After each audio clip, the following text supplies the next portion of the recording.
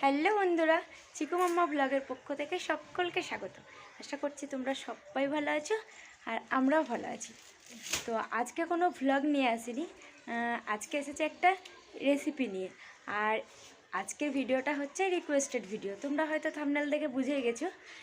তো প্রতিমাস ওয়ার্ল্ডের প্রতিমা দি আমাকে বলেছিল যে আমি যেন তেঁতুল দেওয়া মাছের বা মাছের ডিম তেঁতুল দিয়ে এরকম কোনো একটা রেসিপি দিই। তো আজ আমাদের বাড়িতে তেঁতুল দেওয়া মাছ রান্না হচ্ছে। তো আমি তো এখন রান্নাঘরে যাব আর তেঁতুল দেওয়া মাছটা বানাবো। তো ভাবলাম আজ তোমাদের সঙ্গে এটাই শেয়ার করে নিই।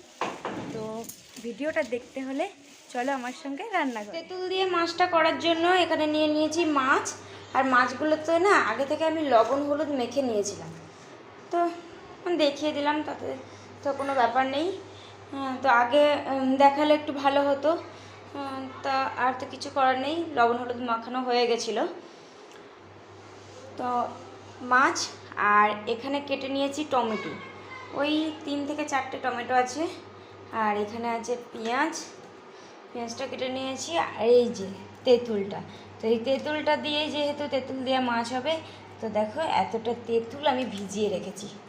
তাই কিছুক্ষণ হলো ভিজালাম, তার সঙ্গে তো লবণ হলুদ লাগছেই, লঙ্কা গুঁড়োও লাগছে। আর এইখানে আছে 5 ফোড়ন আর শুকনো লঙ্কা, এটা ফোড়নে দেবো।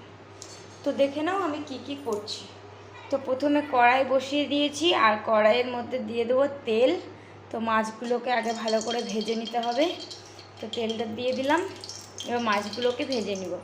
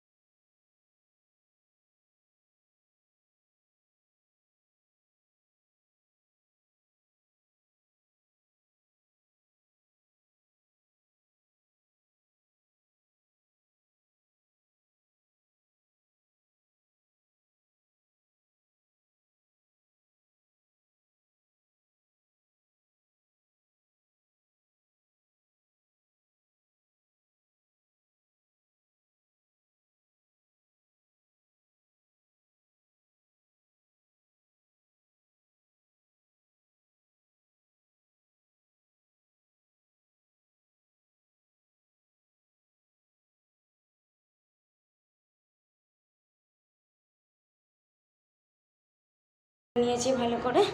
আর কড়াইয়ে ওই মাছের তেল মানে মাছ ভাজার যে তেলটা ছিল তার মধ্যে আর একটু তেল দিয়ে দিয়েছি। আর ওর মধ্যে দেখো একটু চিনি দিয়ে দিলাম, সামান্য একটু চিনি দিলাম। চিনিটা ভালো করে একটু কালারটা নিয়ে নেব। আর এটার মধ্যে যে শুকনো লঙ্কা আর 5 ফোড়নটা রেখেছিলাম সেটা দিয়ে দিলাম।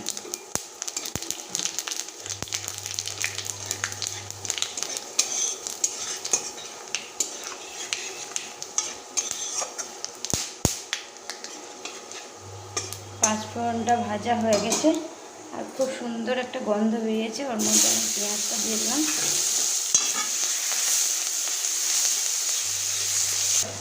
পেঁয়াজটা একটু ভেজে নিতেই টমেটোগুলো সব দিয়ে দিলাম।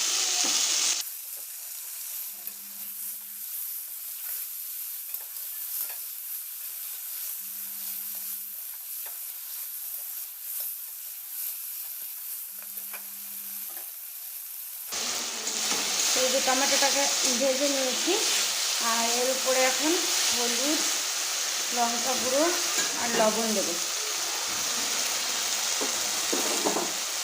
প্রথমে লঙ্কা গুঁড়োটা দিয়ে দিলাম, আর পরিমাণ মতো হলুদ দিলাম।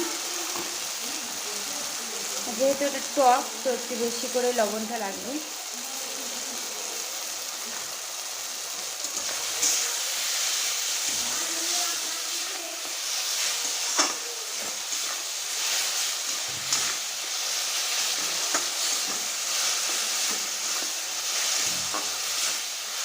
আর এর মধ্যে দেবো 4টে কাঁচা লঙ্কা।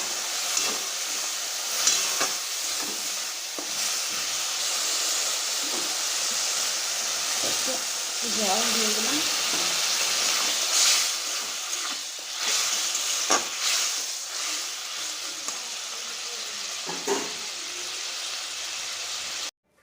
তো জল দেওয়ার পরে টমেটোটা একটু ঢাকা দিয়ে রেখেছিলাম আর ঢাকাটা খুলে নিয়েছি। তো দেখো টমেটোগুলো খুব সুন্দর গলে গেছে। আর এই যে তেঁতুলটা আমি ভিজিয়ে রেখেছিলাম, এবার তেঁতুলটাকে হাত দিয়ে ভালো করে চটকে নিতে হবে। তো তেঁতুলটা চটকে নিয়েছি আর তেঁতুল গলা যে জলটা বেরোলো, তো সেই জলটাই এখন দিয়ে দিলাম টমেটোটার মধ্যে। আর জলটা ভালোভাবে ফুটে গেলেই এর মধ্যে আমি গরম জল করতে দিয়েছি, তো গরম জলটা অ্যাড করে দেব। তো ফুটে গেছিলো আর দেখো গরম জলটাও দিয়ে দিয়েছি। এবার একটু বেশি করেই গরম জলটা ফোটাতে হবে, কেননা যে তেঁতুলের গন্ধটা আছে তাহলে গন্ধটা চলে যাবে। আর এই যে ফুটে গেছে দেখো, এবার আমি যে মাছগুলো ভেজে রেখেছিলাম তো সেই মাছগুলোই দিয়ে দিচ্ছি। তো এই যে সব মাছগুলোই দিয়ে দিলাম আর এবার এটাকে একটু ঢাকা দিয়ে হতে দেব। তো এই যে বন্ধুরা দেখেছো কতটা সুন্দর হয়েছে। তো আমার রেডি হয়ে গেছে তেঁতুল দিয়ে মাছটা। তো আমার তো তেঁতুল দিয়ে মাছ খুবই ভালো লাগে। তো তোমরাও যারা আমার মতো টক খেতে ভালোবাসো তাদেরও খুব ভালো লাগবে। তো বন্ধুরা আজকের ভিডিওটা এখানেই শেষ করছি। তো ভিডিওটা যদি একটুকুও কোথায় ভালো লেগে থাকে তাহলে প্লিজ একটা লাইক করে দিও আর আমাকে কমেন্ট করেও জানিয়ে দিও।